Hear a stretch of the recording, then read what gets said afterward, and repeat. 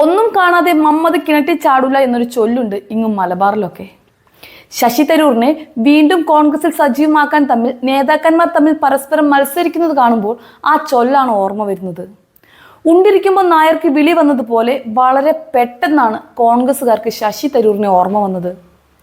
അതോടുകൂടി തരൂർ കോൺഗ്രസിന്റെ ഐശ്വര്യമാണെന്നും തരൂരില്ലാതെ പാർട്ടി ഒരാടെ മുന്നോട്ട് പോവില്ല എന്നുമൊക്കെ തിരിച്ചറിയുകയും ഇനി തരൂരില്ലാതെ കോൺഗ്രസിൽ ഒരു പരിപാടിയും നടക്കില്ല എന്നങ്ങ് പ്രഖ്യാപിക്കുകയായിരുന്നു കോൺഗ്രസ്.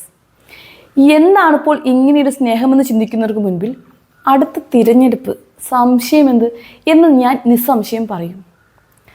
അയ്യപ്പ സംഗമത്തോടുകൂടി NSSും SNDPയും ഒക്കെ ഇടതുപക്ഷത്തേക്ക് ചാഞ്ഞപ്പോൾ ഹൈക്കമാൻഡ് നോക്കിയിട്ട് ഈ ഒരു ഒറ്റ വഴി മാത്രമേ കണ്ടുള്ളൂ.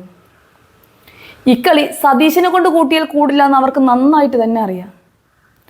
അപ്പൊ പിന്നെ ഏറ്റവും എളുപ്പം ഛർദ്ദിച്ചതെല്ലാം യാതൊരു ഉളുപ്പുമില്ലാതെ ഇങ്ങോട്ട് തിരിച്ചെടുത്തിട്ട് തരൂരിനെ അങ്ങ് പൊക്കി വെക്കുക എന്നത് തന്നെയാണ്.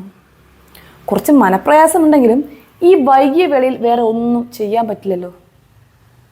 മറ്റൊന്നുള്ളത്, തരൂർ വിഷയത്തിൽ എതിരഭിപ്രായം പറയുന്നവർക്ക് മുൻപിൽ ഇപ്പോൾ നമ്മുടെ പ്രതിപക്ഷ നേതാവൊക്കെ ചെയ്യുന്നത് പോലെ മിണ്ടാതിരിക്കുക എന്നത് മാത്രമേ വഴിയുള്ളൂ എന്നതാണ്.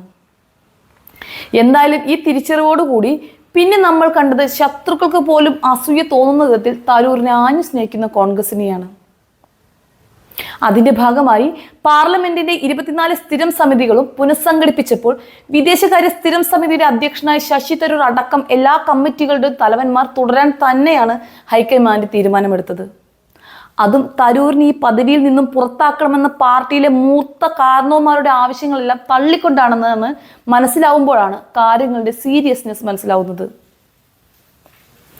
നിയമസഭാ തിരഞ്ഞെടുപ്പ് അടുത്ത സാഹചര്യത്തിൽ തരൂരിനെ മാറ്റുന്നതിനെ എതിർക്കാൻ രാഹുൽ ഗാന്ധി വരെ തയ്യാറായി എന്ന് നിങ്ങൾ ഓർക്കണം. ഇതിനിടെ ഓപ്പറേഷൻ സിന്ദൂർ അടക്കമുള്ള വിഷയങ്ങളിൽ തരൂർ കോൺഗ്രസ് നിലപാടിൽ നിന്നും വ്യത്യസ്തമായി അഭിപ്രായ പ്രകടനം നടത്തിയിട്ടും അദ്ദേഹത്തെ പാർട്ടി വീണ്ടും നോമിനേറ്റ് ചെയ്തത് ദേശീയ തലത്തിൽ വലിയ ചർച്ചയ്ക്കാണ് വഴി തെളിയിച്ചിരിക്കുന്നത്. ഇതിന്റെ എല്ലാം നന്ദി എന്നോണം ഡൽഹിയിൽ NSS സംഘടിപ്പിച്ച വിജയദശമി പരിപാടിയിൽ പങ്കെടുത്താണ് തരൂർജി തന്റെ കരുത്ത് തെളിയിച്ചത്. ചടങ്ങിൽ രാഷ്ട്രീയം ഏതായാലും രാഷ്ട്രം നന്നായാൽ മതി എന്ന തന്റെ പഴയകാല തത്വം ഉപയോഗിച്ച് ആളുകളെ വലയിലാക്കാനും തരൂർ മറന്നിട്ടില്ല. പതിവ് പോലെ തന്റെ തീപ്പൊരി പ്രസംഗത്തിലൂടെ ആളുകളെ കയ്യിലെടുത്തപ്പോൾ അതിൻ്റെയൊക്കെ ഇടയിലൂടെ ഇരു പാർട്ടികൾക്കുമിടയിലെ മഞ്ഞുരുകുന്നത് വ്യക്തമായി കാണാമായിരുന്നു.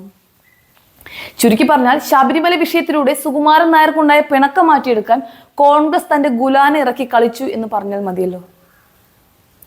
അന്നു മുതൽ കോൺഗ്രസ് പാർട്ടിയുടെ അണിയറയിൽ നടത്തിയ നീക്കങ്ങളുടെ ആകെ തുകയാണ് ഈ തരൂർ പ്രണയം.